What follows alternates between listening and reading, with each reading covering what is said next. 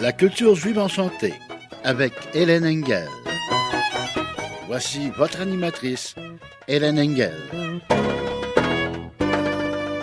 Bonsoir à tous, Shalom les Koulam. Aujourd'hui, la culture juive enchantée va vous présenter un livre et un album qui m'ont beaucoup plu.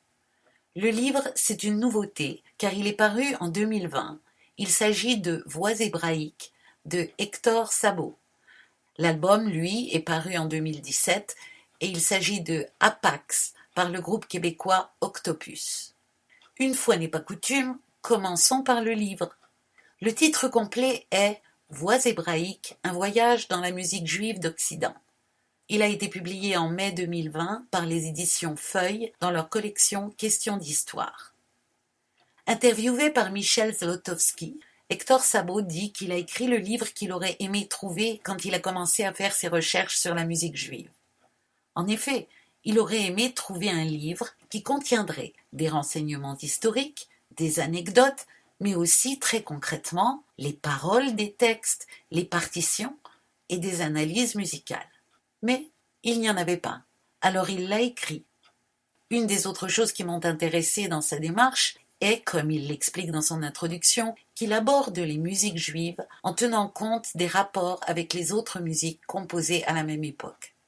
Dans une première partie d'une centaine de pages, Hector Sabo nous fait donc un survol de l'histoire de la musique juive en Occident, puis il nous propose une façon d'utiliser son livre. Puis, la liste des enregistrements des chants et morceaux qu'il a présentés et les paroles de ces chants. Et finalement, la troisième partie nous propose l'analyse détaillée d'une pièce caractéristique de chaque époque présentée en nous donnant la première page de la partition. Je vous propose d'écouter une pièce, Mi al-Har Horeb, qui signifie « qui » sur le mont Horeb, et qui est parmi les toutes premières pièces écrites dont nous ayons connaissance. Elle a été notée au XIIe siècle par quelqu'un qui se nommait Ovadia le prosélyte et la musique a été retrouvée dans la Guéniza du Caire. Une Guéniza est une pièce d'une synagogue où sont entreposés les objets et les livres qui ne servent plus. On les enterre parfois au cimetière, mais on ne peut en aucun cas les jeter à la poubelle.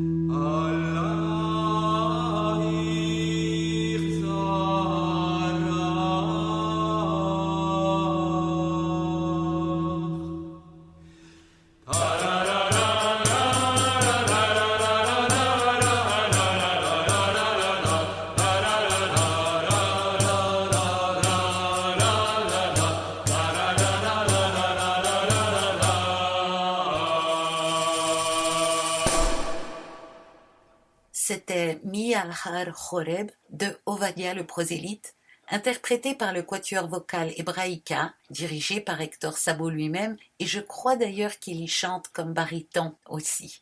Cette pièce est une des 3 premières partitions qu'on ait de musique juive. À l'époque, la musique n'était pas notée comme nous la notons de nos jours, et ici le travail des musicologues est un peu comme celui des biologistes, quand à partir d'un squelette de dinosaure, ils essaient de nous donner une représentation de ce à quoi ça pouvait ressembler quand ils étaient vivants.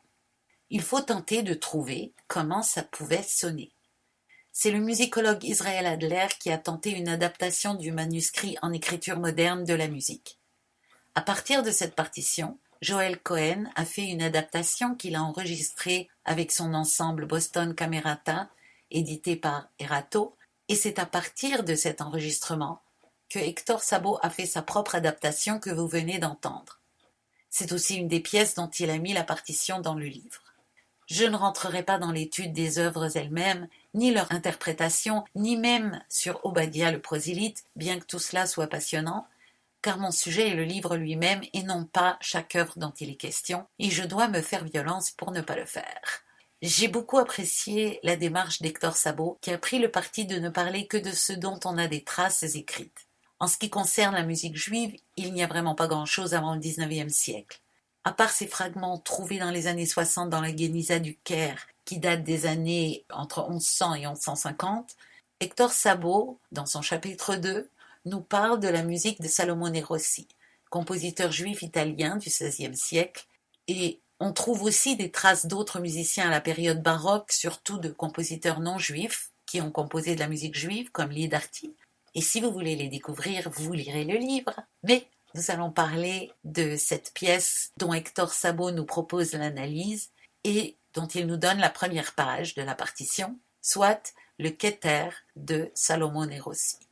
Tout à l'heure, quand vous avez entendu la musique de Ovadia le prosélyte, si je vous avais dit que c'était du chant grégorien, je pense que vous m'auriez cru. Et d'ailleurs, c'en était peut-être. Les chants grégoriens n'étaient peut-être pas très éloignés des psaumes hébraïques.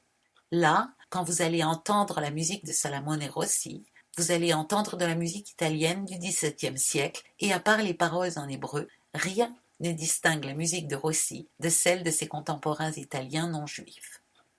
Dans cette prière, il est fait allusion aux anges et à la demeure de Dieu. Et là, je vais vous donner un avant-goût de l'analyse musicale que vous trouverez dans le livre d'Hector Sabo. Keter comporte 7 sections et je vous présente les 2 premières. Le premier mot est Keter, qui est le mot hébreu désignant une couronne. Et une couronne, ça évoque ornements et volutes. Alors Rossi habille ce mot de vocalise qu'il donne aux voix de soprano et de ténor, pendant que les altos et les basses soutiennent harmoniquement avec des notes longues. Puis le mouvement s'accélère un peu et les vocalises sur les mots suivants sont plus rapides et plus virtuoses. Cette première section se termine par des sonorités de plus en plus claires avec l'apparition d'accords majeurs. La seconde section change de caractère et présente une rythmique plus marquée où l'on reconnaît les rythmes des danses de cours italiennes familières à Salomone Rossi. La dernière phrase de cette section est la question « Où se trouve le lieu de sa gloire ?» et on entend les voix qui entrent successivement en contretemps imitatif comme des gens qui se posent des questions de manière un peu désordonnée.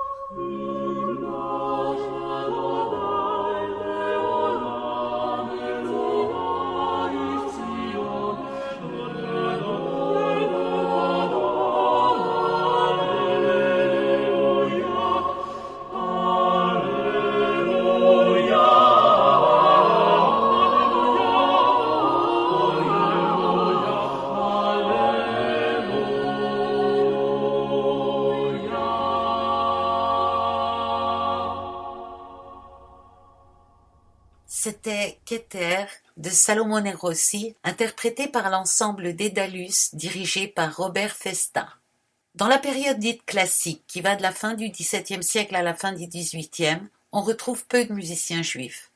D'ailleurs, entre Bach, Haydn, Mozart et Beethoven, la scène musicale est très occupée, et si les musiciens chrétiens ont du mal à se faire connaître, que dire des juifs qui à cette époque n'étaient les bienvenus que dans très peu d'endroits.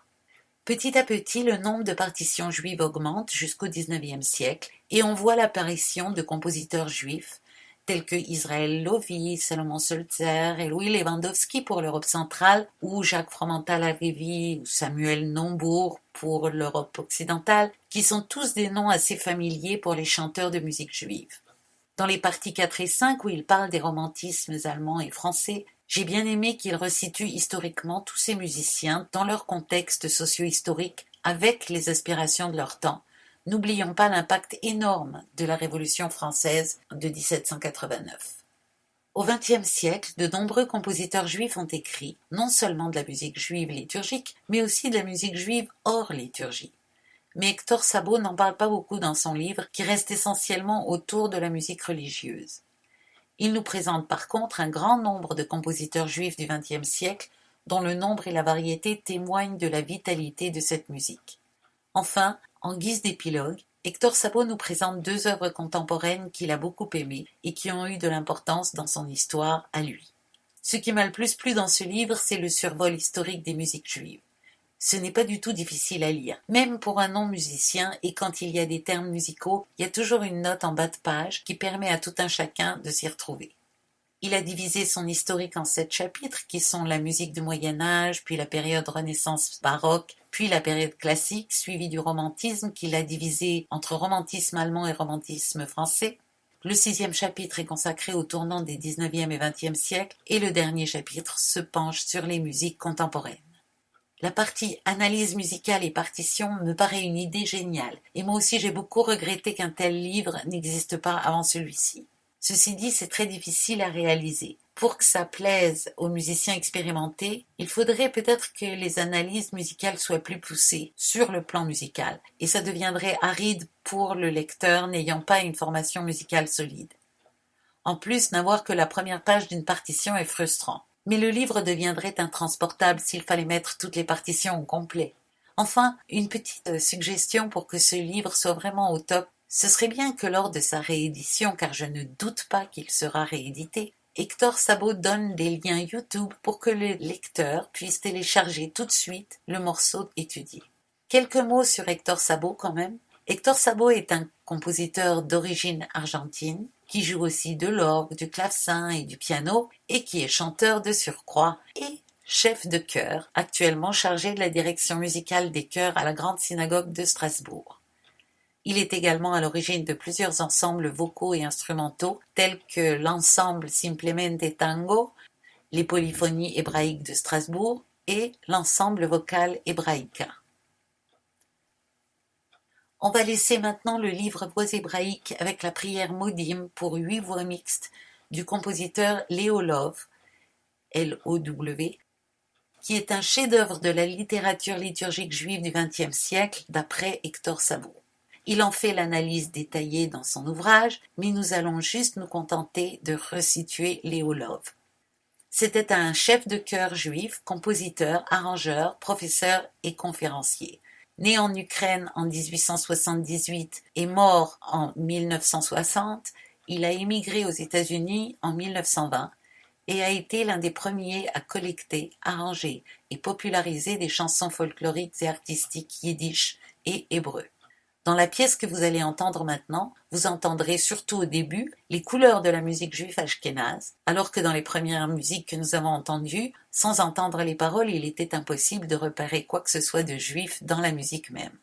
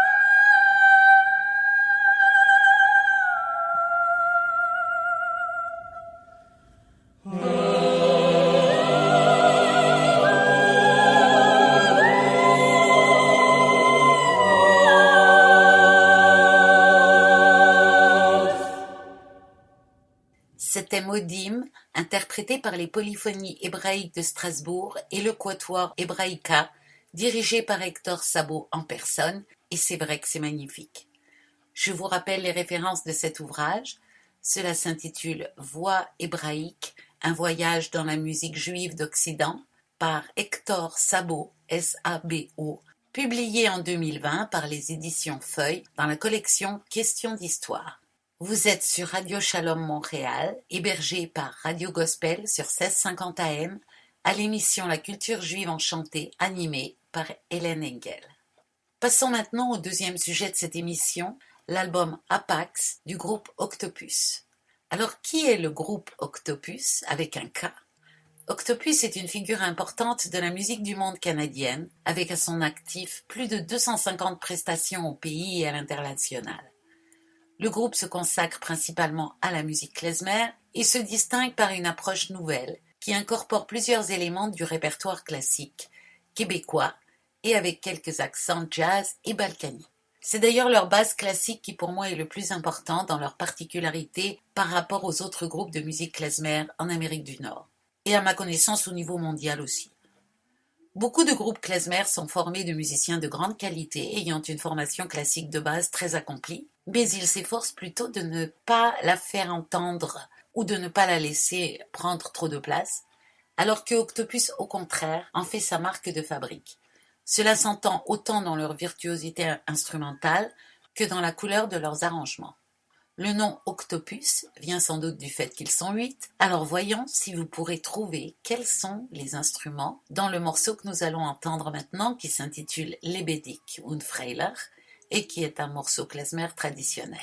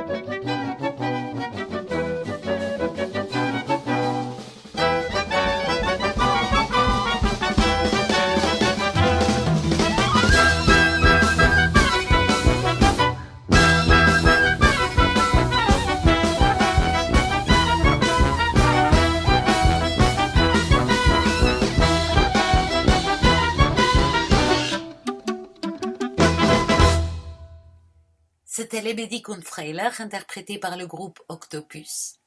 Alors, avez-vous deviné tous les instruments?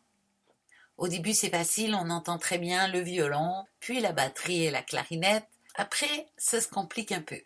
C'est le trombone basse qui tient le rôle de la basse, puis on entend la flûte et la trompette, Mais il est plus difficile de distinguer le trombone normal, dont le son se confond avec celui de la trompette et du trombone basse, et le plus difficile pour moi a été d'entendre le piano sur cette pièce. En fait, je suis même pas sûre de l'avoir entendu. Je sais qu'il y a un pianiste, c'est tout. L'Octuor Octopus s'est formé en 2010, grâce à l'initiative du clarinettiste Gabriel Paquin-Bucchi, qui signe les arrangements et quelques compositions. En 2014, le groupe sort son premier album, Levez l'encre, encre avec un E, et il remporte la première place au Silly d'or de la musique du monde. On les voit partout. Au Festival de Jazz de Montréal, à la Nuit Blanche de Montréal en Lumière, au Festival d'été de Québec, à la Fête de la musique à Mont-Tremblant, au Centre des Arts d'Ottawa, au Festival Ashkénaze de Toronto et même au Vancouver Folk Music Festival, sans parler de l'international. Alors qui sont-ils? Gabriel Paquin-Bucchi à la clarinette, à la composition et aux arrangements. Mathieu Bourget au trombone basse et Madeleine Doyon-Robitaille au trombone. Francis Pigeon à la trompette, Véronica Ungureanu au violon, Noémie Caron-Marcotte à la flûte, Guillaume Martineau au piano et Maxime Philippe à la batterie. Alors on les a entendus dans un morceau klezmer traditionnel que Gabriel Paquin-Bucchi a arrangé à sa sauce, où au détour d'une mesure ou d'une autre, on pouvait sentir vibrer l'âme classique. Alors maintenant je vous propose l'inverse. Partons d'une pièce classique connue, la danse hongroise numéro 5 de Brahms, et voyons ce qu'en font nos joyeux lurons. On entend d'abord ce morceau connu comme s'il était confié à une fanfare, puis on dérive plusieurs fois vers ailleurs, en revenant chaque fois au thème habituel, toujours traité différemment, que ce soit dans l'instrumentation, le rythme, voire même l'harmonie. Dans les échappées, on visite pendant quelques secondes à la façon d'une carte postale sonore divers pays musicaux. Un peu de tango ici, de musique bavaroise là, un plongeon au XVIIIe siècle et une petite surprise vers la fin. Prêtez l'oreille et dites-moi si vous reconnaissez cette mélodie de Pessah qui s'invite à danser avec la belle hongroise de Brahms.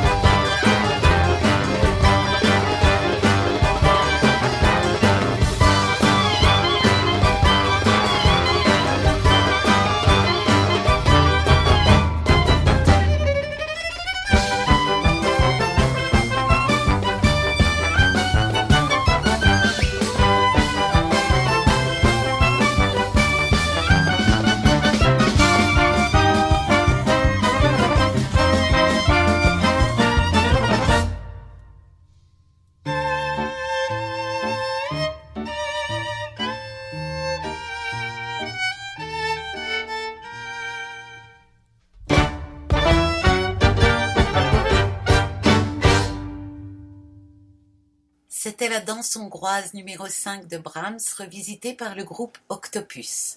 Avez-vous reconnu la mélodie de Dayenu qui arrive vers la fin? En 2017, ils sortent l'album Apax, que nous découvrons ensemble en ce moment. Je me suis demandé ce que pouvait bien vouloir dire Apax. Pendant longtemps, le terme Apax a qualifié les mots ou les expressions que les traducteurs ne pouvaient traduire de façon certaine, car il n'en existait qu'une seule occurrence dans la littérature. Il paraît que la totalité des textes composant la Bible en hébreu comporterait environ 2000 Apax. Ça laisse rêveur quand même sur un texte aussi fondamental et à propos duquel on s'étripe joyeusement au nom de Dieu depuis des millénaires. Un Apax est donc un mot qu'on ne trouve que dans un seul texte, une seule source. Et je pense que c'est ce que nous dit le groupe Octopus avec un clin d'œil. Leur album est unique. Apax a été en nomination d'une part pour le meilleur album instrumental de l'année au Juno et d'autre part au prix de la musique folk canadienne pour le meilleur groupe de musique du monde de l'année.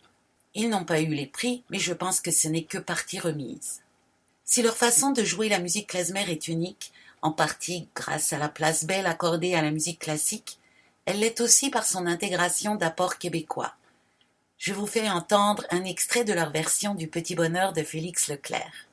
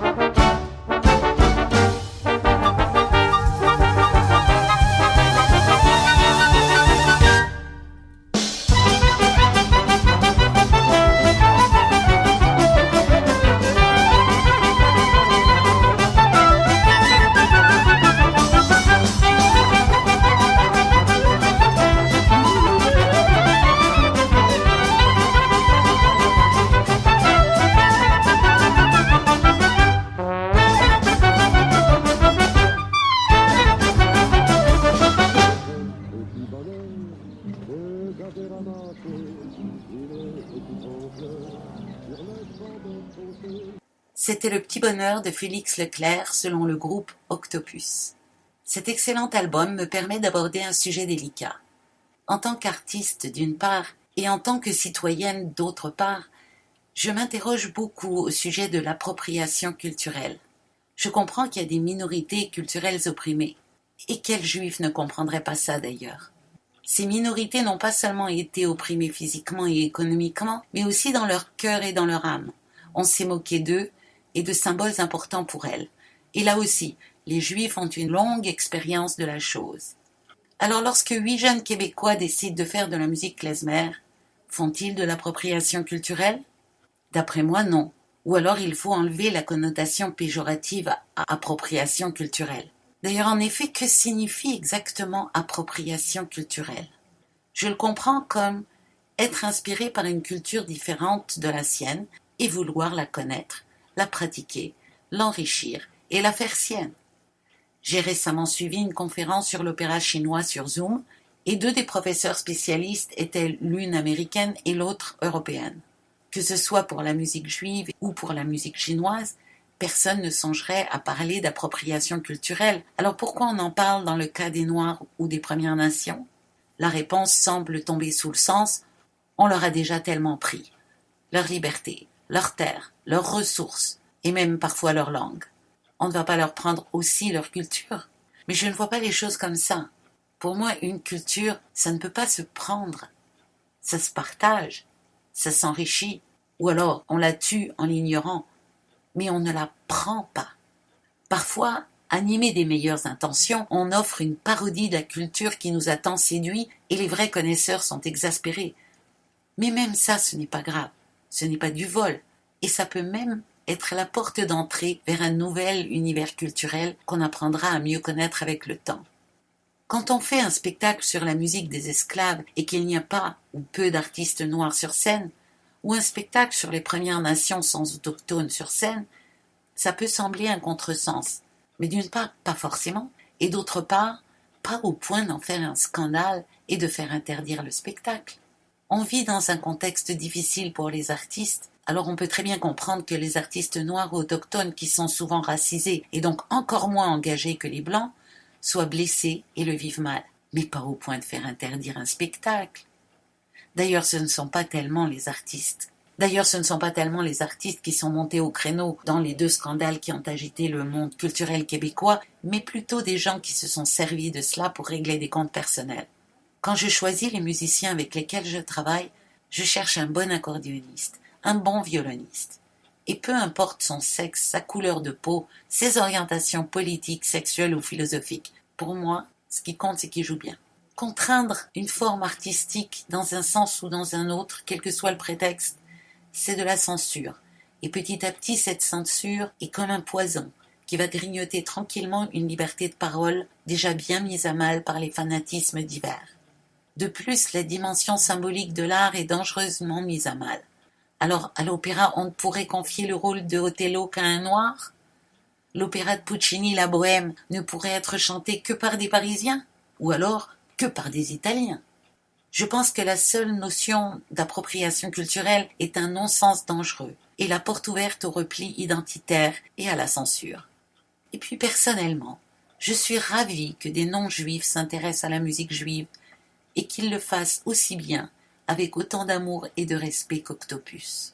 Et pour illustrer ça, je vais vous faire entendre mon titre préféré de leur album. Ils sont partis d'une pièce traditionnelle intitulée Fun Tashlir, qu'ils ont rebaptisée Funk Tashlir. On a parlé de musique klezmer valsant avec la musique classique, plaisantant avec la chanson québécoise. Alors voyons maintenant le clin d'œil vers le jazz. Et pour cela, Octopus a été chercher la collaboration d'une grande artiste québécoise, Karen Young.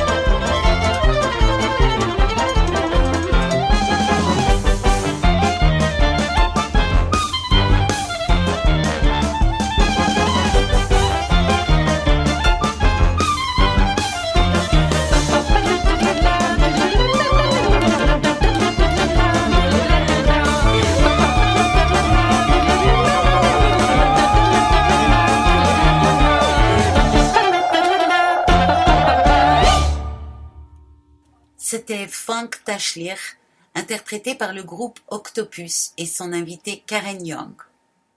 Le groupe Octopus, comme tous les artistes en ce moment, souffre de la situation actuelle. Ils viennent d'enregistrer un nouvel album et sont en train de le peaufiner, mais la date de lancement est sans doute repoussée en raison du coronavirus, donc je ne peux pas vous inviter à y aller en nombre, ou du moins pas encore, mais restez à l'écoute de ce groupe et je suis sûre que ce prochain album nous apportera une moisson de belles surprises. Je vous rappelle les coordonnées de celui-ci. Il s'intitule Hapax, H-A-P-A-X. Il contient 12 chansons et vous pouvez vous le procurer chez les disquaires en ligne ou sur le site du groupe www.octopus.ca. Et vous pourrez aussi trouver sur ce site leur premier album, Levez l'encre. Je vous rappelle aussi que le festival Nuit d'Afrique continue jusqu'au 31 octobre, il y a même des supplémentaires le 5 novembre, et qu'aller voir leurs spectacles gratuits en ligne sur Facebook et acheter leurs albums est une excellente façon de les soutenir, ainsi que les artistes qu'ils produisent. Pour consulter leur programmation, allez sur www.festivalnuitdafrique en un seul mot, nuit au pluriel, pas de majuscule ni d'apostrophe, et aussi sur Facebook. Et je vous dis à la semaine prochaine. La culture juive enchantée avec Hélène Engel.